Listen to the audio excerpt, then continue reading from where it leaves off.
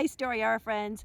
It's a snowy day in Illinois, and so I'm going to read a classic. It's called The Snowy Day by Ezra Jack Keats.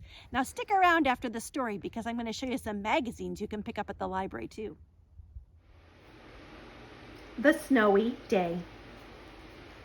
One winter morning, Peter woke up and looked out the window. Snow had fallen during the night. It covered everything as far as he could see. After breakfast, he put on his snowsuit and ran outside. The snow was piled up very high along the street to make a path for walking. Crunch, crunch, crunch. His feet sank into the snow. He walked with his toes pointing out, like this. He walked with his toes pointing in, like that. Then he dragged his feet slowly to make tracks, and he found something sticking out of the snow that made a new track. It was a stick that was just right for smacking a snow-covered tree. Down fell the snow, plop, on top of Peter's head. He thought it would be fun to join the big boys in their snowball fight, but he knew he wasn't old enough. Not yet. So he made a smiling snowman, and he made angels. He pretended he was a mountain climber. He climbed up a great, big, tall, heaping mountain of snow and slid all the way down. He picked up a handful of snow and another and still another. He packed it round and firm and put the snowball in his pocket for tomorrow. Then he went into his warm house.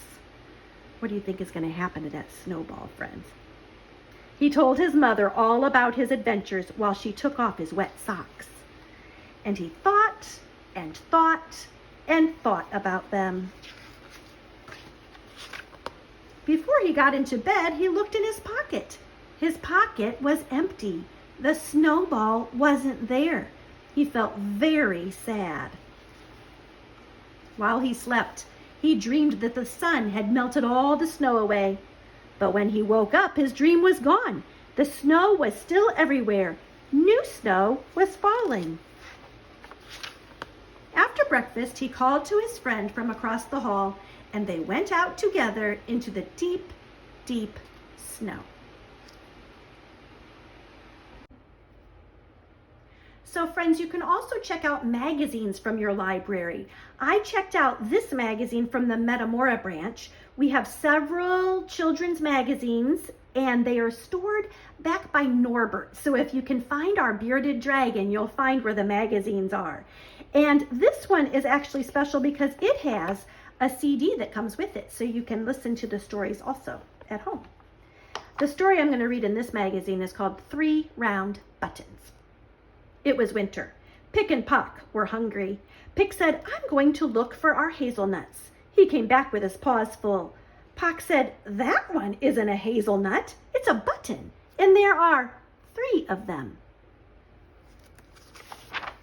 Pick said, "I wonder where all these buttons come from." Suddenly the squirrels heard 3 children shouting, "Where are our buttons? What happened to our buttons?"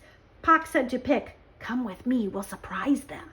Pock picked 3 long blades of grass, and Pick fetched 2 fir tree needles. Tweet, tweet, tweet. Then Pick scampered over to a robin in its nest and tickled it. The bird chirped, tweet, tweet, tweet.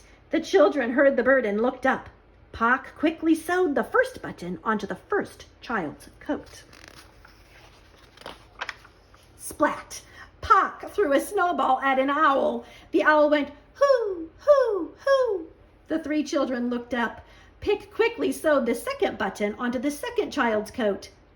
Pick dropped some hazelnuts from the top of the tree. They bounced off the branches and went knock, knock, knock. The children looked up. Pock sewed the third button onto the third child's coat. The children looked at each other in amazement and said, "Wow, our buttons are back." Pick and Pock gave each other high fives. They had done it. But what happened next? Rip, rip, rip. The three children tore off the 3 buttons that had been sewn back on. Then off they ran, laughing loudly. The children hurried over to their snowman and shouted happily, "Hooray! Now you look great!" Look at their buttons. The end. This is the other magazine I wanted to show you. It's called National Geographic Kids, and it's a nature magazine. It's got all kinds of great articles and pictures and facts about animals and everything nature. So in this issue, the February issue, they asked their readers, what is the thing you like to do first after it snows? So friends, I'm going to ask you, what is the thing you like to do first after it snows? Let's see what their readers said. As you can see, some of their readers said, eat some snow, catch it on their tongue while it's falling. Some said build a snowman, make a snow fort, go sledding. Those are all fun things. But look at this. The largest percentage of readers said drink hot cocoa first. Isn't that funny? Well, we didn't get as much snow as Peter did, but it's still awfully cold. I think I'll head in for some hot cocoa. I'll see you next time, friends.